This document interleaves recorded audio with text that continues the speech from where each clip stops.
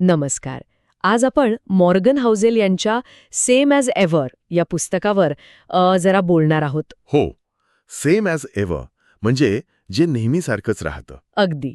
म्हणजे जग कितीही बदललं, टेक्नॉलॉजी कितीही पुढे गेली, तरी काही गोष्टी म्हणजे पैसा, भीती, माणसाचा स्वभाव. त्याबद्दलची मूलभूत सत्य बदलत नाहीत. हाच त्याचा गाभा आहे. बरोबर. चला, मग या शाश्वत सत्यांचा थोडा विचार करूया, याचा उलगडा करूया. नक्कीच.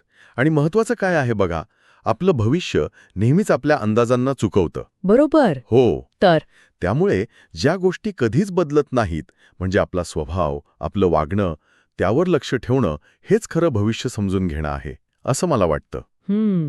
म्हणजे इतिहासाकडे पाहिलं की माणसाच्या प्रतिक्रिया, भावना त्याच प्रकारच्या दिसतात. अगदी पॅटर्न तोच असतो. यातला पहिला मुद्दा घेऊया का? लोभ आणि भीती. हो, या तर म्हणजे कधीच जुन्यानं होणाऱ्या भावना आहेत. कायम ताज्या.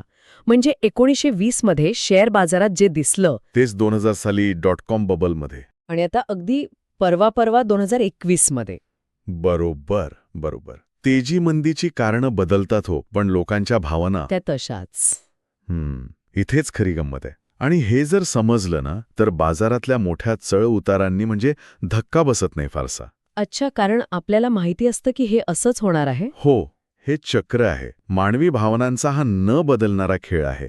आपण इतिहासातून हेच शिकतो की माणूस म्हणून आपण फारसं शिकत नाही, खास करून भावनांच्या बाबतीत. हे झालं बाजाराचं. पण हाऊसेल अजून एका गोष्टीवर भर देतात. खरी संपत्ती आणि दिखावापणा यातला फरक. महत्वाचा मुद्दा आहे. म्हणजे खरी श्रीमंती अनेकदा शांत असते, दिसत नाही लगेच, पण दिखावा तो खूप बोलका असतो. अगदी. म्हणजे दरवर्षी नवीन गाडी घेणारा शेजारी कदाचित त्याच्यापेक्षा तो शांतपणे SIP करणारा जास्त श्रीमंत असेल, नाही का? बरोबर. हेच तर. इथे काय महत्वाचं आहे? ज्या गोष्टी दिसत नाहीत, म्हणजे बचत, शिस्त, संयम, दीर्घकाळात याच गोष्टी संपत्ती तयार करतात.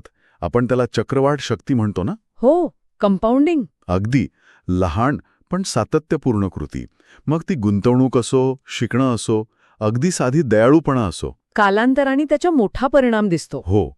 जसं तो माणूस जो 15 वर्ष तीच गाडी वापरतोय, पण त्याची गुंतवणूक मात्र वाढत चालली आहे. आणि तिसरा मुद्दा, जो मला खूप महत्वाचा वाटतो, अनिश्चितता. हो. भविष्य सांगता येत नाही. 9/11चा हल्ला, 2008ची मंदी किंवा आत्ताची करोना महामारी, कोणी सांगितलं होतं हे नक्की असं होईल म्हणून? कुणीच नाही. भविष्य आपल्याला नेहमीच आश्चर्याचे धक्के देणार आहे, हे नक्की. पण एक गोष्ट निश्चित आहे. ती म्हणजे? माणसांची प्रतिक्रिया. हो.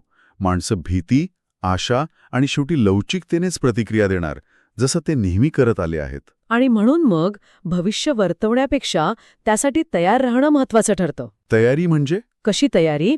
म्हणजे आर्थिक आणि भावनिक बफर तयार करणं. एक सुरक्षित जागा. अच्छा, सेफ्टी नेट सारखं. हो. आणि म्हणूनच बुद्धिमत्तेपेक्षा चारित्र्य महत्वाचं ठरतं. संयम, नम्रता, स्वतःवर ताबा. या गोष्टी पैसा आणि समाधान मिळवण्यासाठी जास्त उपयोगी आहेत, हुशारीपेक्षाही. अगदी. तर या सगळ्या चर्चेचा अर्थ काय घ्यायचा? म्हणजे हाऊसेल आपल्याला काय सांगू पाहतायत? ते हेच की या बदलत्या जगात तुमचा सर्वात मोठा फायदा कशात आहे? तर त्या गोष्टींमध्ये स्थिर राहण्यात, ज्या कधीच बदलत नाहीत. म्हणजे मानवी स्वभाव, काही मूलभूत तत्व आणि भावनिक संतुलन. बरोबर. भावनिक शिस्त. आणि जाता जाता विचार करण्यासाठी एक शेवटचा मुद्दा. टेक्नॉलॉजी बदलेल, ट्रेंड्स येतील जातील, पण भीती, लोभ, विश्वास, आशा, सुखाचा शोध, हे सगळं नेहमीसारखंच राहणार आहे, सेम ॲज एव्हर. अगदी. मग प्रश्न हा आहे की हे नेहमीसारखं सत्य जर आपण समजून घेतलं, तर भविष्यातले आपले लहान मोठे निर्णय, त्याकडे बघण्याचा आपला दृष्टिकोन कसा बदलू शकेल? खरंच विचार करण्यासारखा प्रश्न आहे.